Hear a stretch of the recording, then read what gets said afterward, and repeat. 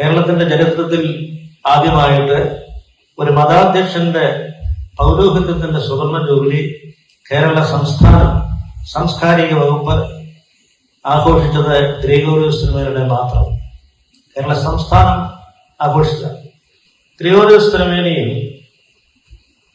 ദൈവത്തിനും മനുഷ്യർക്കും പ്രിയങ്കരനായ ഒരു ആചാര്യശ്രേഷ്ഠൻ. എല്ലാ രാഷ്ട്രീയ പാർട്ടികൾക്കും തിരുമേനിയുടെ സ്നേഹമുണ്ട്. എല്ലാവരോടും തിരുമേനി ഇടപെടുകയും ചെയ്യും. വലിയ ക്രാന്തദർശിയായിരുന്ന ഇവാനിയോസ് പിതാവ് ഗ്രിഗോറിയോസ് തിരുമേനിയെ മെത്രാനായി അഭിഷേകം ചെയ്തതിനു ശേഷം തിരുമേനിയെ കുറിച്ച് പറഞ്ഞ ഒരു വാക്ക്, he is God, he is pure God.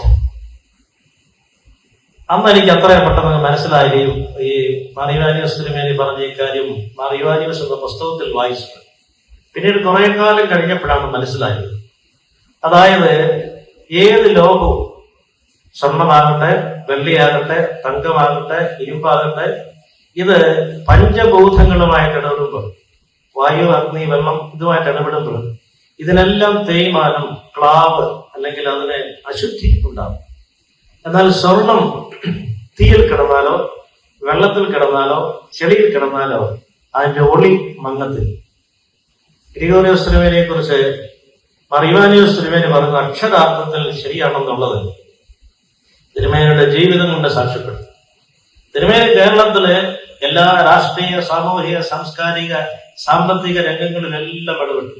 എല്ലാ രാഷ്ട്രീയക്കാരോടും തിരുമേനിക്ക് ബന്ധമുണ്ടായിരുന്നു. പക്ഷെ ഒരു മനുഷ്യൻ പോലും തിരുമേനിയെ കുറിച്ച് ഒരു അപവാദമോ തിരുമേനിയെ കുറിച്ച് ഒരു കുറ്റമോ പറഞ്ഞിട്ടില്ല. എല്ലാവരോടും അവർ കൊടുക്കേണ്ട സ്ഥാനവും മാനവും കൊടുക്കുകയും അവരിൽ നല്ല ബഹുമാനം സ്വീകരിക്കുകയും ചെയ്ത ഒരാളാണ് ഗ്രിഗോറിയോസ്. ഗ്രിഗോറിയോസ് തിരുമേനിയുടെ ശവസംസ്കാരത്തിന് രഥം ഒരുക്കപ്പെട്ടു. നമ്മുടെ പാളയത്തിൽ നിന്ന് പട്ടത്തേക്ക് കൊണ്ടുവരാനുള്ള രഥത്തിൽ നമ്മുടെ വിലാപയാത്ര ക്രമീകരിച്ചപ്പോൾ തിരുവനന്തപുരത്ത് നമ്മൾ ഒരു വലിയ രഥം ഉണ്ടാക്കി. അന്നത്തെ ട്രാൻസ്പോർട്ട് മന്ത്രിയായിരുന്ന ബാലകൃഷ്ണപിള്ള പറഞ്ഞു, നിങ്ങൾ രഥം ഉണ്ടാക്കുന്നതൊന്നും കുഴപ്പമില്ല, ഗ്രിഗോറിയോസ് തിരുമേനിയുടെ ഭൗതിക ശരീരം KSRTCയുടെ പുതിയ ബസ് അതിന്റെ ചേസിൽ ഞങ്ങൾ രഥം ഉണ്ടാക്കത്തില്ല. അന്ന് അതിൽ സംബന്ധിച്ചിട്ടുള്ളവർക്കറിയാവുന്ന 2 രഥങ്ങളുണ്ട്. KSRTCയുടെ രഥത്തിലാണ് ഗ്രിഗോറിയോസ് തിരുമേനിയുടെ ഭൗതിക ശരീരം പാളയത്ത് നിന്ന് പട്ടത്തേക്ക് കൊണ്ടുവന്നത്. കേരളത്തിന്റെ 140 MLA-മാരും ആരും നിയന്ത്രിക്കാതെ, ആരും പറയാതെ ഈ വിലാപയാത്രയിൽ നടന്നു എന്നുള്ളതാണ് സത്യം. അവരെല്ലാവരും നടന്നു. എല്ലാവരും തിരുവനന്തപുരത്തുണ്ടായിരുന്നു. എല്ലാവരും ആ വിലാപയാത്രയിൽ നടന്നു. കേരളത്തിന്റെ ചരിത്രത്തിൽ ആദ്യമായിട്ടാണ് ഒരു മതാധ്യക്ഷന് സംസ്ഥാന ബഹുമതി നൽകിയത്. അത് പൂർണ്ണ സംസ്ഥാന ബഹുമതിയാണ്. EMS നമ്പൂതിരിപ്പാട് അദ്ദേഹത്തിന് ആരോടും പ്രത്യേകിച്ച് മമതയോടെയാണ്.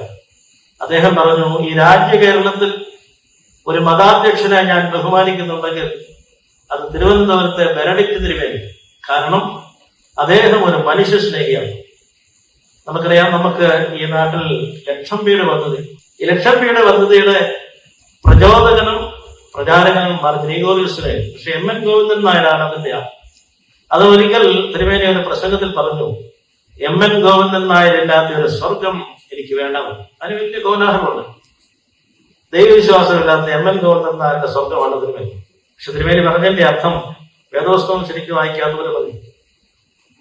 ഞാൻ പരദേശിയായിരുന്നു, എനിക്ക് പാർപ്പണമില്ലായിരുന്നു, വിശന്നവനായിരുന്നു.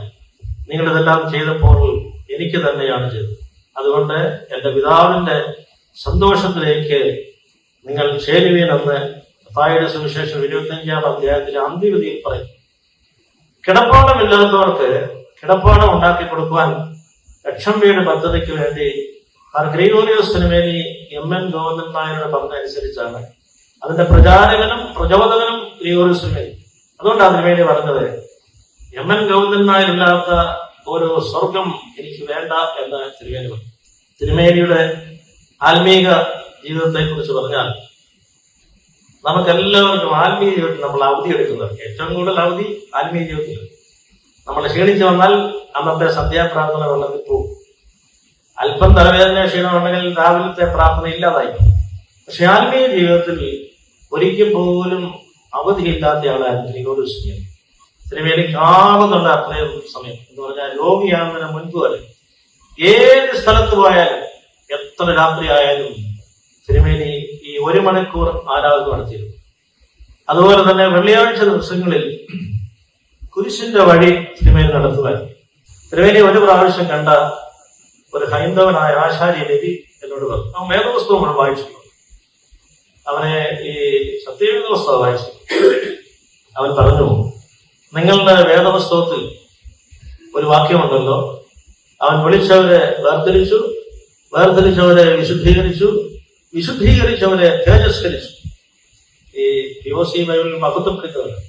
എന്നിട്ട് അദ്ദേഹം പറഞ്ഞു, വിളിച്ച് വേർതിരിച്ച് വിശുദ്ധീകരിച്ച് തേജസ്കരിക്കപ്പെട്ട ഒരു മുഖമാണ് ഗ്രിഗോറിയോസ്.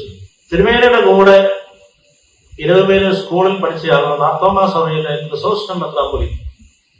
അദ്ദേഹം ഒരിക്കൽ ഗ്രിഗോറിയോസ് തിരുമേനിയെ കുറിച്ചുള്ള പ്രസംഗത്തിൽ പറഞ്ഞു, ഞാനും ഈ ഗ്രിഗോറിയോസ് മെത്രാച്ചനും ഒരുമിച്ച് പഠിച്ചത്. അന്നും എനിക്ക് ഇത്രയും വണ്ണവും തടിയൊക്കെ ഉണ്ടായിരുന്നു. തിരുമേനി എന്റെ കണ്ടിന് പോലില്ല.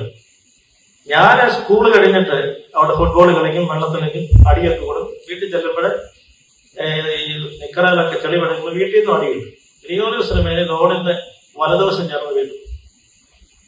അതിനുശേഷം മാർക്ക് വരുമ്പോൾ അന്ന് ഈ സ്കൂളിലൊക്കെ ഇപ്പൊ അങ്ങനെയില്ല, പറയാനില്ല. സ്കൂളിൽ ടെസ്റ്റ് പേപ്പർ ഇട്ട് കഴിഞ്ഞിട്ട് മാർക്ക് ഓരോരുത്തരുടെ പേര് വിളിക്കും, മാർക്ക് പരസ്യമായിട്ട് വന്നു. അവ ക്രിസോസ്റ്റത്തിന് പേരെ വിളിച്ചിട്ട് പറയും, നിനക്ക് 140 മാർക്കുണ്ടോ, ഇത് കൂടുതൽ നിനക്ക് കിട്ടാൻ വകുപ്പില്ല. ഞാൻ ഈ 40 മാർക്കിന്റെ പേപ്പർ മാറ്റിക്കൊണ്ടിരിക്കുമ്പോൾ ഗ്രിഗോറിയോസ് പേരെ വിളിക്കും, 195 ഇവനിതിൽ കുറച്ച് കൊടുക്കാനുള്ളത്. അവ എല്ലായിടത്തും ഒന്നാമനാണ്. സെക്കൻഡ് വാറ്റിക്കൻ കൗൺസിൽ കത്തോലിക്ക സഭയിലെ ഏറ്റവും പ്രധാനപ്പെട്ട ഒരു സിനഡാണ്. അത് വർഷങ്ങൾക്കെടുത്ത സിനഡാണ്. ഇന്ത്യയിൽ നിന്ന് ഈ സുനഹദോസിൽ പൂർണ്ണ സമയം സംബന്ധിച്ചിട്ടുള്ള ചുരുക്കം ജനരിൽ ഒരാള് ഗ്രിഗോറിയോസ്. ലാറ്റിൻ വർഷോപ്പിന്റെ ലീഡർ ബെനഡിക്ട് മാർ ഗ്രിഗോറിയോസ്. ആ വർഷോപ്പിലെ ഒരു അംഗമായിരുന്നു കരോൾ വോയ്റ്റില. അതായത് പിന്നീട് പരിശുദ്ധ ജോൺ പോൾ II മാർപ്പാപ്പ. അദ്ദേഹം തിരുമേനിയെ കുറിച്ച് എപ്പോഴും സംസാരിക്കുമ്പോഴും എനിക്ക് വലിയ സ്നേഹവും അതുപോലെ പറഞ്ഞാലും തീരാതിരിക്കുന്നതിന് കാരണം തിരുമേനിയുടെ ജീവിതത്തെ നോക്കിക്കാണുകയും മറ്റുള്ളവർ പറയുകയും കാണുകയൊക്കെ ചെയ്തിട്ടുള്ളത് കാണുമ്പോൾ നമ്മൾ അറിയാതെ കണ്ട് തിരുമേനിയോട് ആകൃഷ്ടരായി പോകും. സത്യം പറഞ്ഞാൽ ഗ്രിഗോറിയോസ് തിരുമേനിക്ക് എന്നെ അറിയത്തില്ല. ഞാൻ ഇടയ്ക്ക് കാണുമ്പോൾ തിരുമേനിയുടെ പിതാവായ എനിക്ക് പട്ടത്തുണ്ട്. ആട്ടെ, ആണോ, കൊള്ളാം, ദൈവം അനുഗ്രഹിക്കും, ചുരുങ്ങിയ വാക്കുകളല്ല, അത് കൂടിയ വർത്തമാനം പോയി.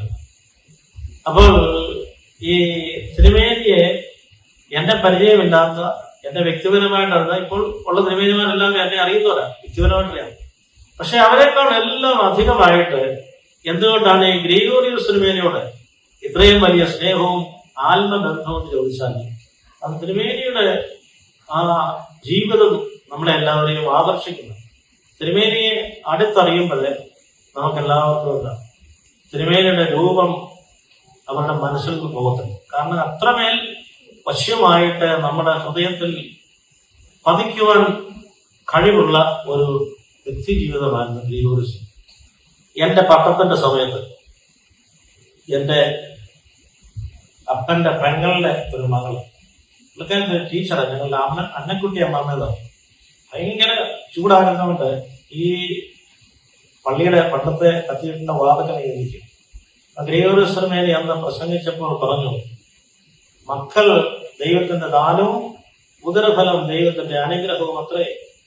ദൈവം ദാനമായി നൽകിയ കുഞ്ഞുങ്ങളെ ദൈവ ശുശ്രൂഷയ്ക്കായി സമർപ്പിക്കുമ്പോൾ നിങ്ങൾ ദൈവത്തോടും ഔദാര്യമുള്ളവരായിത്തീരുന്നു. തിരുമേനി പറഞ്ഞ കാര്യം ഒരു ടീച്ചറായ ഞങ്ങളുടെ അന്നക്കുട്ടി അമ്മാമ്മ കേട്ടിട്ടൊക്കെ പോയി. അപ്പൊ അവിടെ ഇരുന്നപ്പം പറഞ്ഞു, ദൈവമേ, എനിക്ക് 3 ആൺപിള്ളേരാണ്, ആരെങ്കിലും ഒരാള് അച്ഛനാകാൻ പോയിരുന്നത് നല്ലതായിരുന്നല്ലോ, 3 മക്കളെ തീരുന്നതല്ലോ. അപ്പൊ അതിനുശേഷം ഞാൻ റോമിലൊക്കെ പോയി തിരിച്ചു വന്നപ്പോഴേ അന്നക്കുട്ടി അമ്മാമ്മയുടെ ഇളയ മകൻ, 3 പിള്ളേരും എംടെക്കുകാർ. ഇളയ മകൻ ഒരു ദിവസം വന്നിട്ട് പറഞ്ഞു, അമ്മ ഞാൻ ശിവരാരി പോവാണ്. അമ്മാമ്മ സത്യം കാര്യമായിട്ട് പറയാനോ, അത് കാര്യമായിട്ടാണ്. അങ്ങനെ കാഞ്ഞിരപ്പള്ളി രൂപതയിൽ ചേർന്ന് അദ്ദേഹം സെമിനാരിൽ ചേർന്ന് പഠിച്ചു. എംടെക്കുകാരൻ സെമിനാരിൽ ചേർന്ന് വൈദികനായി. ഇപ്പോൾ അദ്ദേഹം അവരുടെ കോളേജിൽ പ്രൊഫസറായിട്ട് റൂബി തോട്ടുപുറം അച്ഛൻ. ഞാൻ പറഞ്ഞത്, തിരുമേനിയുടെ ഒരു പ്രസംഗം തിരുമേനിയുടെ ഒരു വാക്ക് മനുഷ്യ ഹൃദയങ്ങളെ സ്പർശിക്കുവാൻ പര്യാപ്തമാണെന്നുള്ളതിന് ഏറ്റവും വലിയ ഉദാഹരണമാണ്. ഇത് ഈ പട്ടമായി കഴിഞ്ഞപ്പോഴേ അന്നൊന്നും പറഞ്ഞില്ല. അച്ഛന്റെ പട്ടത്തിന് ഞാൻ അവരിൽ നിന്ന് പ്രാർത്ഥിച്ചിട്ട് ആ തിരുമേനി പറഞ്ഞത് ഞാൻ കേട്ടതാണ്. അന്നേരം എൻ്റെ മനസ്സിൽ ആ പള്ളിയിൽ നിന്ന് പ്രാർത്ഥിച്ചത് ഒരനുഭവമായി വന്നു.